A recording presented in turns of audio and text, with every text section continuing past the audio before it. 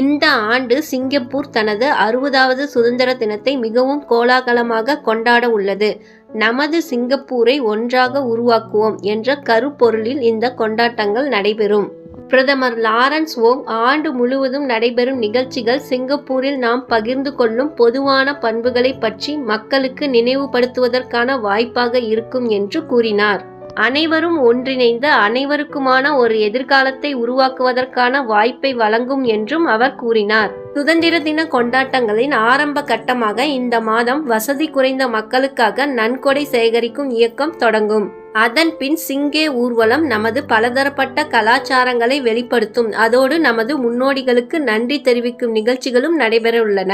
சுதந்திர தின கொண்டாட்டத்தில் மக்களை கவரும் நிகழ்ச்சிகளும் குடியிருப்பு பகுதிகளும் உற்சாகத்தில் மக்கள் திளைக்கும் வகையில் நிகழ்ச்சிகள் இடம்பெறவிருக்கின்றன என்றும் அவர் கூறினார்.